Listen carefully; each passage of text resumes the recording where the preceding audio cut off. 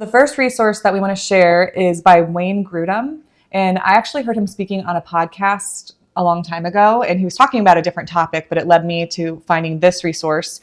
So this is called What the Bible Says About Birth Control, Infertility, Reproductive Technology, and Adoption. Just hold it up so you can see it.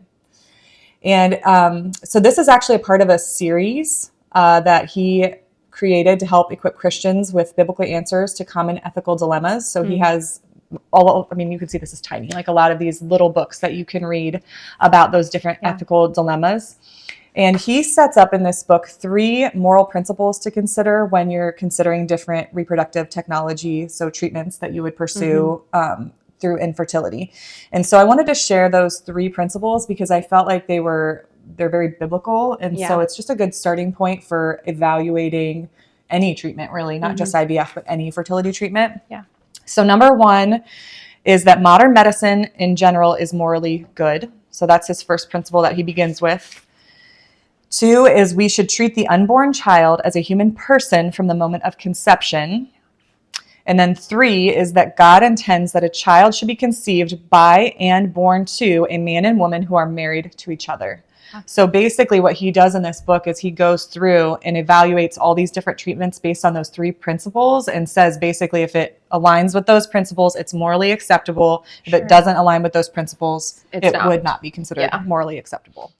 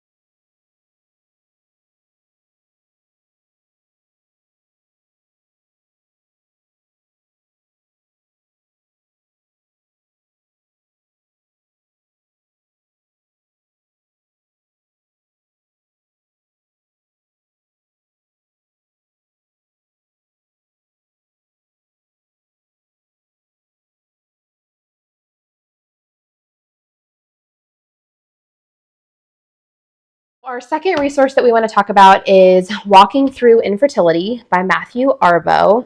He is a professor at Oklahoma University in theological studies, and he and his wife walked through infertility. However, they decided to adopt and then years later became pregnant naturally. So he just walks through that journey.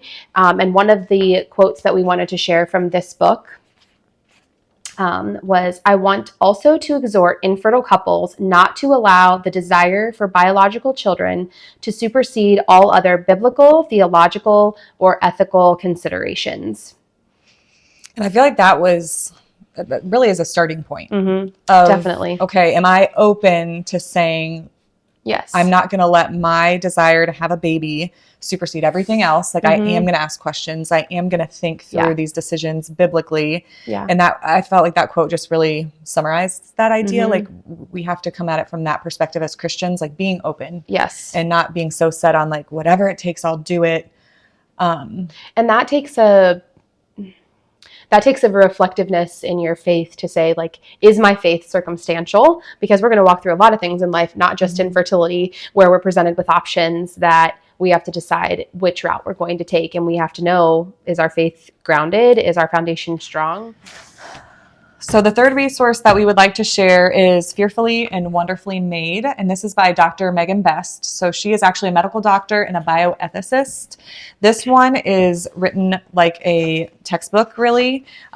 She talks about a lot of beginning of life issues. And so it's kind of nice because you can just go through into the contents and find exactly what you want to look for. And then she'll explain what it is medically. Yeah. And then because the perspective of a doctor is so valuable, unique and valuable, because you do have a lot of people speaking on this that are not in that medical side and don't understand it. Like us. We don't know what we're not medical doctors. So we have to rely on medical doctors. People like her to tell us. And so, this was a great resource. And she's actually from Australia. So this book there's references on here that don't necessarily apply directly to U.S. policy or laws here, but it's definitely applicable, and the general treatments are the same. And so there's a lot of wisdom in it. The quote that I wanted to share from her was this: "I look forward to the day when eggs and sperm are routinely stored separately until an embryo is needed so that no excess embryos can result."